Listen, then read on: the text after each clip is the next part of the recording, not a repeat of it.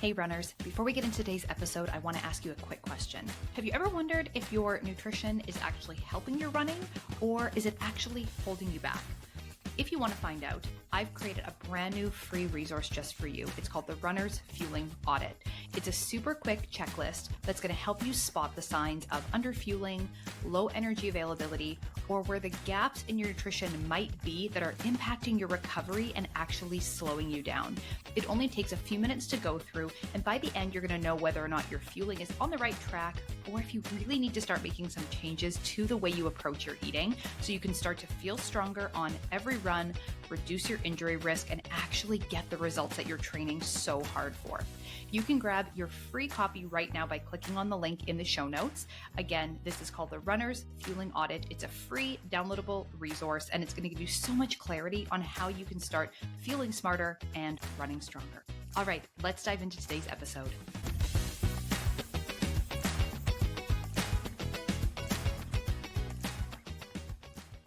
Hello, and welcome to this week's episode of the Fuel, Run, Recover podcast, where we are talking a little bit today about how to choose your race day goal. Of course, this is like so many topics in nutrition and running and all the things. There is not going to be a one size fits all. This is the step-by-step formula of how exactly you choose your race day goal. What I want to talk you through today are some different things to think about with planning your race day goal, some different pieces of data and factors that you can take into consideration. And when I think we want to, be very strategic and very specific about planning a whole training cycle and training strategy around a specific goal finish time. And when I think it's important to, let go of that a little bit or just let her rip and see what you've got. I think this maybe isn't the most responsible coaching advice. So disclaimer, I am not your coach, right? And all the things, but I do think that there's a time and a place, especially if you are an experienced racer, experienced with a certain distance, predominantly shorter distances, that are not maybe quite as risky as, say, like a marathon or like an ultra or something like that, to just leave it all out there, see what you're capable of. So this is what we're going to talk about today, how to plan and how to choose your race day goal. So this episode came about after some conversations that I've had with clients recently. Of course, we're getting into fall racing season. I have lots of clients who are running marathons in the next couple of months, some as early as this weekend at the time that I am recording this. So of course, planning and choosing goals for race day are a big part of the conversations that I have with people. And so the first thing that I will say, and I believe this, very wholeheartedly, if you're going to be running or racing a distance for the very first time, I think that it's best for a lot of people to err on the side of caution, being a little bit more conservative and not going into a new event, a new distance for the first time with a goal, especially a very ambitious goal finish time in mind. I think the best thing for that is to focus on finishing. Now, if you are, say, an experienced runner, you run a lot of miles, you run a lot of volume, you just haven't maybe raced a half marathon before, for example, but you run a half marathon in training regularly. You run maybe longer than that distance regularly. You're a high volume runner, you just haven't raced that specific distance. Yeah, a little bit of a different story, right? Because the distance of that event isn't going to be as much of a challenge for you. So if we can maybe run that distance faster, like that may be an appropriate goal because you've done it before. If we're talking about a marathon and a first marathon at that, right? You don't run a marathon in training. Nobody does. And so even the elites, right? Even the elite runners are not out there running a marathon in training.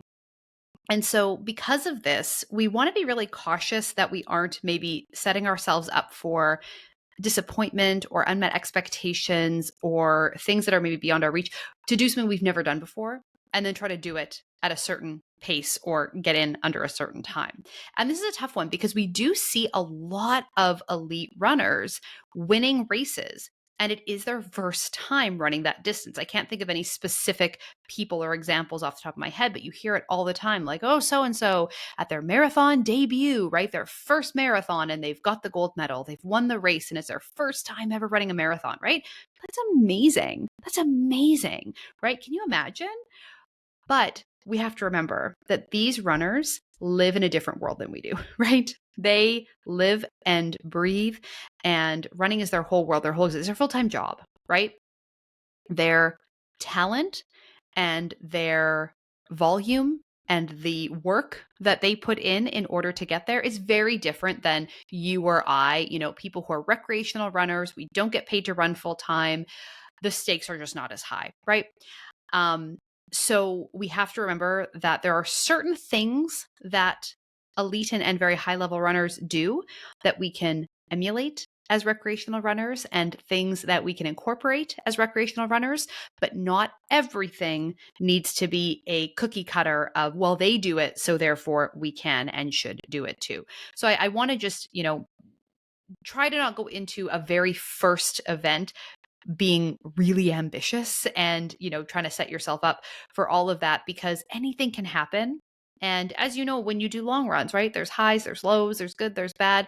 And if we're also trying to set and maintain a certain goal pace, especially a very ambitious one, we can have a really tough day. So I think it's best to focus on finishing strong, having a good day overall, and just taking in as many lessons as you can from the experience to kind of build for your next one, right? Like, we want to think about being a runner as a journey, something that we do, not just, okay, I'm going to run this race and then I'm going to stop and not run anymore, right? So that's the first scenario. The second scenario is for the runners, and this is probably a lot of you listening, right? You are more experienced with racing. You maybe are running an event or a distance that you've done many, many times. A lot of us probably have lost count of how many, 10Ks or half marathons or 5Ks or even full marathons you've even done, right? You've got a house full of medals. You've got so many, you've done this so many times. And you want to start to improve your race time. You want to start seeing what you can do, looking at a PR, and maybe not a lifetime PR, but a PR for like this phase of life, or maybe just with the way that your training is going. You want to see what you're capable of. And so the first option that we can use here is to use a recent time trial or race data to see what your predicted time for that event might be. And based on that, we can kind of determine if that goal is within reach. There are many, many race prediction calculators and tools that we can use. They're not perfect, right? Obviously, just like anything, none of this stuff is perfect. But it's going to be fairly close, right? Within a couple of minutes for a lot of people. And especially, where we can get a little bit off would be if we're using a shorter race distance, like say a 5K or even a 1 mile time, to then predict a marathon time, right? Like, if you look at those numbers, it might be a little bit ambitious. And using a half marathon, though, is going to be more in line with what your actual marathon finish time might be. So like, the closer they are in distance to each other, the more reliable that information might be. But you might always have that information. So use what you can and you do the best. So for example, I recently raced a 10-mile race. And I think my race predictor put me at about just under a 1:30 finish time. So I think 1:29 and change, or 1:28, close to 1:29, something like that. So that was my race predictor based on Garmin and the training I'd been doing recently. So I was not specifically training for this 10-mile race, but I'm training for the New York City Marathon right now. And it was just a race that came up that I really wanted to do because I wanted to have a tune-up run in there and treat this as a little bit of a time trial to just kind of see what I can do. I have not raced a race, like really raced a race, since before I had my kids. It's been years, right? Years since I really raced. And I want to see what I could do and see what I was capable of. And so, looking at that was, the predicted time. I felt that would be a bit ambitious for me. I wasn't entirely sure that I could do that, but I thought, something around that 1:30 mark would feel really good. And, if you're listening to this and you're like, Steph, like 130, like, oh my gosh, like I could do that, no problem. That's great. You are listening to a podcast from a running coach who is not an elite athlete. Sorry to break it to you. If you thought that you were, listening to a Olympian give my thoughts on nutrition and running and all of that, I have burst your bubble today. I am a very average talent runner. But just like all of us, I'm working towards personal goals and trying to improve my performances and my times. And yes, there are plenty of people out there that are much faster than me. That's okay. So anyway, I had it in my head that I thought, if I could be, I don't know, like 130, but maybe up to like 135, somewhere in that. I didn't have a very specific kind of goal, but I thought that would be really great. I would feel really good about how my training has been going, what I've been doing, this year since I really got back into running after having my kids, would be somewhere between like a 130, 135. And so that was just in my mind. I looked at my race prediction time, but not until after I kind of already had that goal time in my head. And it wasn't that it was based on any like really specific data, but sometimes you just have a number in mind and you're just like, I wonder if I can do that. And so my approach for this race was I am going to head out on this race with that goal pace in mind. And if I can run only part of that race, right? I don't know. I've never actually raced a 10-mile race before. I've never done that before. I've done, obviously 5Ks, 10Ks, half marathon, full marathon. I have not actually raced a 10K. So I didn't know how that was going to feel, what it was going to be like, right? I knew it was going to be like shorter and therefore maybe easier than a half marathon, but not really because you're running faster and all those things. But I'm going to aim for that goal pace and I'm going to hang in there and see how long I can hold it for. And on it, you know what? If I crash and burn at mile 5, like it is what it is, right? Lesson learned. I'm not going into that race. I'm going into that race with a mindset of I'm here to see what I can do. I'm here to see what I'm capable of. And I'm here to see if I can hit that performance target. And I did. I was 132.41 was my finish time. So I wasn't at the 129 that my Garmin predicted. I feel as though, again, that would have been extremely, extremely ambitious. I would have been digging really, really deep to hit that. But I was still really happy with how it went. But there was something in me that just was like, hey, you know what? I want to see if I can achieve this goal. So I think that, on the one hand, we can approach our race day goals with that level of structure, right? So we've done a recent time trial. We have the data to predict what our goal time might be, or we have a goal maybe based off a recent PR of that same race distance. Then we can use that information to plan specific workouts around that goal pace or that goal finish time, right? So for example, I have a client that I'm working with right now. We are building out a half marathon plan for him for a half marathon that's coming up next month. And he has a specific goal finish time for that half marathon. It is very close in finish time to his previous half marathons that he's run. So it's not a huge PR that he's trying to achieve, but he wants to still beat his previous times. Great, right? So now we're going to create specific workouts and structure his workouts around that goal time. Again, to assess his fitness and, see how he's doing in terms of being able to maintain that pace for that specific period of time. Spending a little bit of time running at goal pace, running faster than goal pace, and also, of course, sometimes running slower than that goal pace. But this is a great strategy. If it isn't something that you've incorporated before, it's a good strategy for knowing what race day might feel like, but also seeing if you're on the right track with your fitness and training to actually achieve your goal. Just as a general example, if you have a certain goal finish time for your marathon, but you can't even run 5K at that goal pace and your marathon is 8 weeks away, right? You got to build the volume and the fitness to be able to run that entire marathon at that goal pace. That might not be an appropriate goal for you for this particular marathon, right?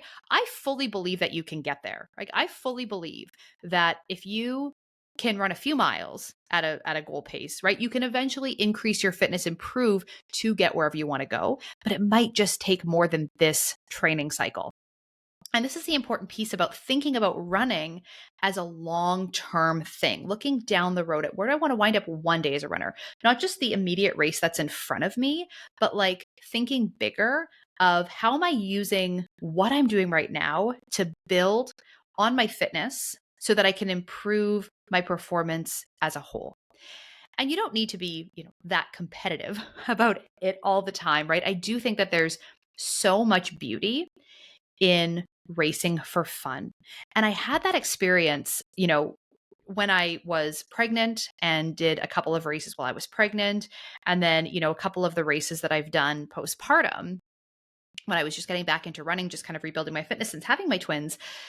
It was about just like showing up, just being there, participating, getting in the electric, wonderful atmosphere of race day, right? Whether you're going out there to leave it all out there for a PR or not, it's so much fun to be part of these events, And if racing was free, I would do it every single weekend. But unfortunately, it isn't. And it's getting a lot more expensive as time goes on. So it's just a wonderful thing to experience. And it's nice. I think it's great. And every single runner should experience a race day of going into it with no expectations, right? Of having, showing up and being there for the fun of it, for the enjoyment of it, maybe not even looking at your watch the entire time. You can turn it on, put it in your pocket. Like run by effort, run by feel, run for the fun of it, without being really focused and dialed into the paces. So that might be a race day goal that you have. And the other wonderful thing that we get out of this is less race day anxiety. If you're someone who just races a couple times a year, train for these big events, it's always about a PR, it's always about this optimal performance, and you find that race day jitters and anxiety really affect you, really hold you back. You can't fuel properly, you can't hydrate properly, your gut is giving you trouble and all these kinds of things that just come from being so nervous for every single race. Racing more often is fantastic because you can just show up and have fun and enjoy it, and it takes the pressure off. And then when you do have a goal race, it's something that is so much more routine because you have more experience and more under your belt, that then you can show up and be ready to really, give it your all, but it doesn't feel like such a big deal mentally. So I think that that's a great strategy too sometimes, is to just not really have a goal at all. Or, like I said, plan to kind of leave it all out there. And this is only for certain races in certain situations. And, obviously, we're not going to go so far beyond our estimated fitness and maybe what our race prediction calculations or whatever are telling us. Don't plan to go out like an hour faster on your marathon than what your race predictor kind of says. But, when you have a certain amount of race experience, you're someone who's done a countless number of an event, and you're kind of, within a range of goal finish time. Sometimes you're a little faster, sometimes you're a little slower, but you're always kind of right in that mix. I don't know. Why not shake things up from time to time, right? Get out there and just leave it all out there.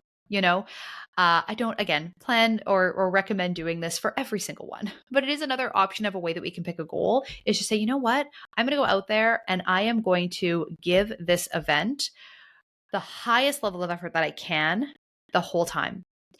And if I crash and burn at the 5th mile of my 10 miler, or I crash and burn at mile 9 of my half marathon, at least we know now what you're capable of and what that effort level feels like and looks like for you. And it's just very interesting and fun and clarifying and educational sometimes to be in those situations, because you might surprise yourself, right? Like things that you paces, effort levels, things that you would never be able to push yourself through in training, things that you would never dream of trying to push yourself through in training. It's amazing on race day when you're surrounded by other people that are doing the same thing as you are, and you're out there and you're in it, and like all of the things, you get swept up in it. And sometimes you can really surprise yourself in a good way, and obviously this is a risk. We're taking a risk here, right? It's a calculated risk, but it is a risk. So it's not going to turn out every single time, right? Sometimes it's not going to go your way and you are going to crash and burn and you're going to be walking to the finish line. That's okay. If we're racing often and racing is part of the journey, then I think sometimes shaking things up a little bit is just kind of fun. You're going to learn a lot. You're going to see what it feels like to leave it all out there. And I promise you, when you get back to training, you're going to have that next level of effort and that next gear that you now know that you can dig a little bit deeper if you need to, right? If we're always staying safe, we're always staying in our comfort zone with our running, and we are never pushing ourselves that next degree. Now, of course, I'm not talking about pushing yourself until you get hurt, you're sore for days, it impacts your training and your life and all those things. Like, no, right? Let's still be safe. Let's still take care of ourselves, take care of our bodies and all of that. But I don't know. I just think it's something to think about. So there are lots of ways that you can reach lots of ways that you can choose your race day goal, right? You can be very calculated and very strategic and structured about your race day goal. You can base it off your most recent PR or a time trial. And of course, we create a whole workout program structured around that and all of those wonderful things. You can also just focus on finishing, right? And I do think that in a lot of cases, for a lot of newer runners who are doing things for the first time, just simply focusing on finishing, having fun, enjoying the experience is super important. And then sometimes we can just plan to leave it all out there and enjoy the experience in a little bit of a different way. I know there's different types of fun. I wish I had done a little bit of research into this for this episode, but there's types of fun. There's the type of fun that's fun after, but not at the time or something like that. That's what I feel like this one is. But that was my experience with my recent time. I had a great time. Was I working my little buns off? Oh, I sure was, right? From start to finish, I was working my buns off during that race. Did it hurt? Yeah. It did, right? I was breathing, my legs were firing, my hips were hurting. I was sore for days after that workout, right? But man, I had a fabulous time and I still have a smile on my face talking about it. So what do you think? How do you like to go about planning your race day goals? Have you ever surprised yourself with what you could accomplish, right? Have you ever gone into a race not really sure and like, oh man, I can't believe that I did that?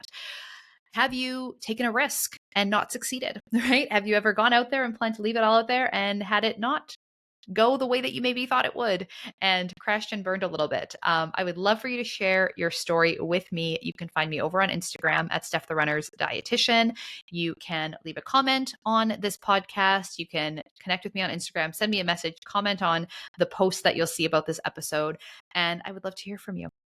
And of course, if you are looking for some help this fall with your running goals, whatever they might be, big running goals, small running goals, long-term running goals, short-term running goals, there are so many ways that we can work together this fall. And I'm really excited about all of the new things that we have now available for you. The first that you heard about at the top of the episode is the free fueling audit for runners. I cannot stress enough how much I want you to download this free checklist, go through it, assess your current nutrition habits, and see where there are gaps with your fueling as a runner. Then, of course, we have the Fuel Smarter, Run Stronger ebook, which is now available. I'm so excited for you to check it out. It is a great resource. It is only $27, and you can find that at the link in the show notes. Everything you need to know about fueling as a runner. And if you're looking for a little bit more help with coaching and expert guidance from me when it comes to your training, your nutrition, all the things, I have my online program, the Fuel Train Recover Club, which is a fabulous online group program, but you still get lots of connection and communication and support and guidance from me wherever you need it. And of course, I do take a small number of one-to-one clients every season. And so if you are interested in that, you can find out more at the link in the show notes. So all the links for all the things will be in the show notes. And I want to thank you so much for tuning in today. This was a lot of fun sharing my story from my recent race and, talking about different ways that we can go about planning race day goals. And yeah, thanks for tuning in, chatting with you today. And I can't wait to see you back here for next week's episode. Bye for now.